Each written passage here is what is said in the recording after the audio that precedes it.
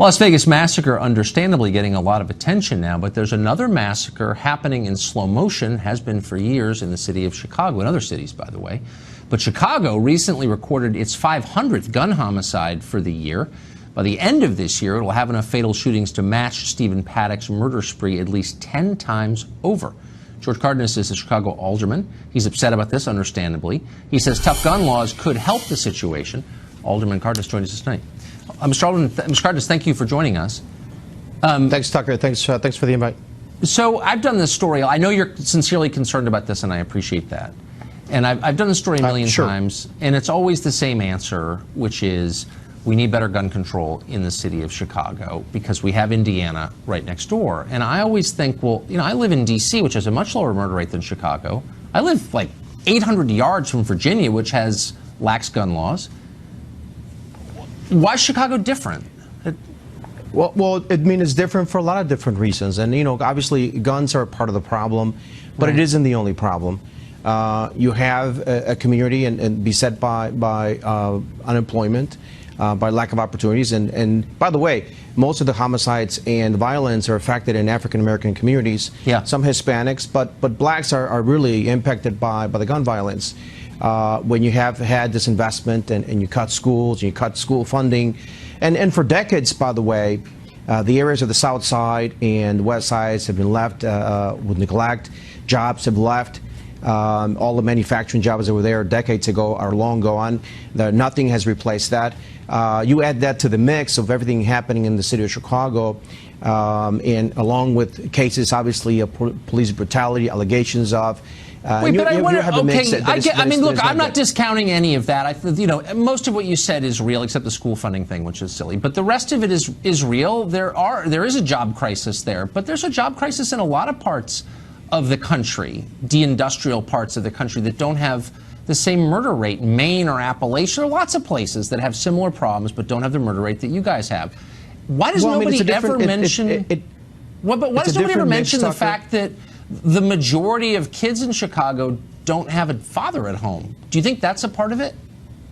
Well, that's part of it. If you have a lack of job opportunities, if you have lack of you know, infrastructure where the family part of it. I know the job stuff. Yeah, it is. But why does nobody ever mention that? Why are politicians so afraid? We mention it. We acknowledge it. No, you don't. No, you never do. That's not true. Yeah, there's a lot of programs here in place in this city. I'm not talking about programs. I'm not talking about programs. Become a father. Look, you know the truth, and I know you're smart. I'm not patronizing you, but I'm being sincere. If you don't have a dad at home, you can grow up to be a great person, but and most do. But it's a lot harder, and you're much more likely to have violence in your neighborhood if nobody has a dad. Well, why does nobody have the courage to say that? Let's talk about the numbers. Let's talk about the numbers. Yeah. So, here, let's talk about the numbers. So, in Illinois, you have approximately 49,000 prison inmates. 65% of those prison inmates happen to be African American. Right. Now, as a percentage of the population in Illinois, they're only 14% of the population. So, you know, what's going on? Why is so many African Americans incarcerated? Not to mention, not just African Americans, Hispanics as well, but those statistics tell you if they're not, if obviously they're in prison, they can be at home providing for their families, right?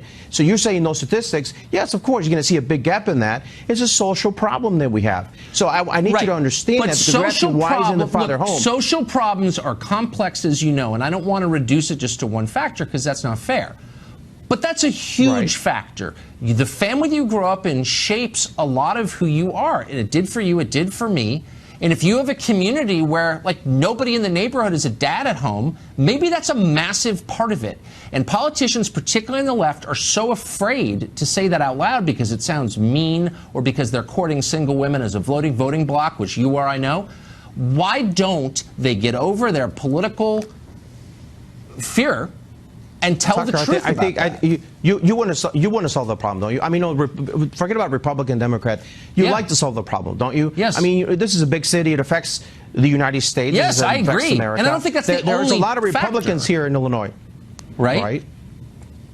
I'm just saying that if you take the data of African Americans being incarcerated at 10 times the rate of everybody else, if they're in prison, they can't be at home providing for their family, right? I think that's part of it, but wouldn't it be helpful just to name the problem and stop patronizing us with this nonsense about Indiana being responsible because they have different gun laws? Like, that's just dumb, and everybody knows it, right? Well, look, I'm not. You blaming didn't say Indiana. it, but everybody what says that.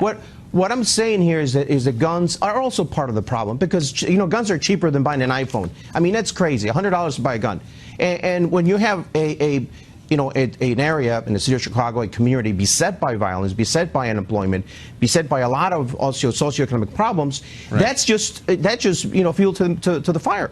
That's what I'm saying. But it's not the cause. No doubt Those are about tools. Yeah, I get it. Right. We got to come to solutions. George, thank you for joining us tonight. Appreciate it.